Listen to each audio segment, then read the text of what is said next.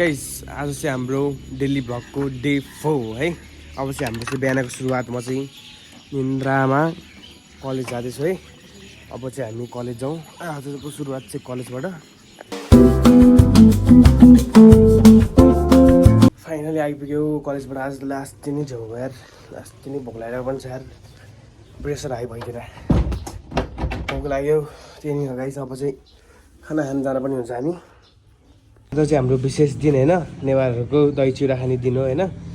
चिउरा आँपको सिजन, आँप भयो होइन, केरा तरकारी दही भइहालेको होइन। टक्क सबैले खानु पनि हुन्छ अब स्वादले एकदम मजाले। अब चाहिँ भात खानु पनि हुन्छ न, भात अलिकति, दही चिउरा अलिकति, अचार एकदम मिठो बनाउँछ अचार चाहिँ मम्मीले होइन मम्मी होइन। मासु बिना त भातै रुच्दैन हौ, अलिकति पनि मासु चाहिँ चाहिन्छ भने कसम त्यहाँदेखि अलिअलि भेलेर आउनै दिनको चाहिँ खानु पऱ्यो नि मासु बिना त। म चाहिँ आज दिउँसमा के गर्नु लाग्यो भन्दाखेरि चाहिँ समोसा बनाउनु लाग्यो है। मेरो हातको समोसा खान मन छ भने आउनुहोस्, म एकदम राम्रो समोसा बनाउँछु। अब हेर्नु है त, एकदम हात त दुख्छ यो बनाउँदाखेरि होइन। त्यो पनि हेरौँ अब कस्तो बनाउँछ मैले है त गाइस। ल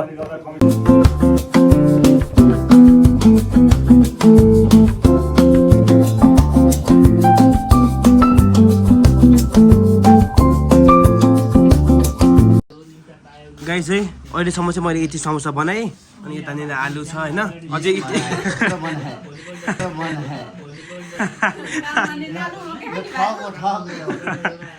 मैले चाहिँ यति समोसा बनाएँ, आलु यता छ। अब यति बनाउनु बाँकी छ होइन त ड्याडी?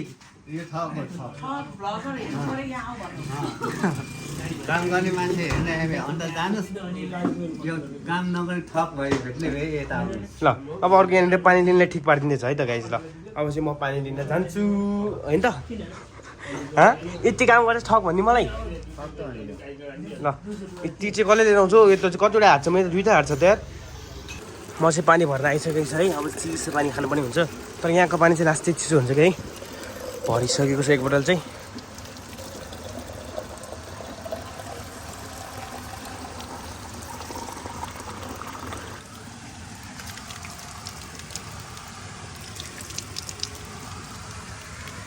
गाइस है, माथि त पानी थापेको थिएन। मैले चाहिँ एउटा मान्छे देखेँ, त्यो मान्छे अघिदेखि 1 घन्टा भइसक्यो जस्तोको त्यस्तै भएर बसेको छ क्या। के गरेर बस्यो पनि थाहा भएन है। यहाँ हेर्न ल,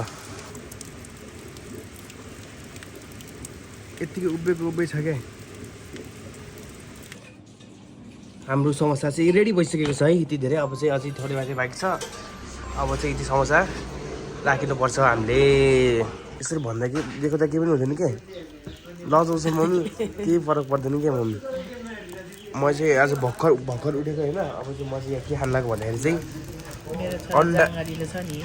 अन्डा र चटामारी।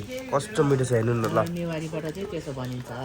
यस, अब चाहिँ पाक्न अलिकति टाइम लाग्छ यो चाहिँ है। चटामारी अन्डा पाक्न अलिक टाइम लाग्छ।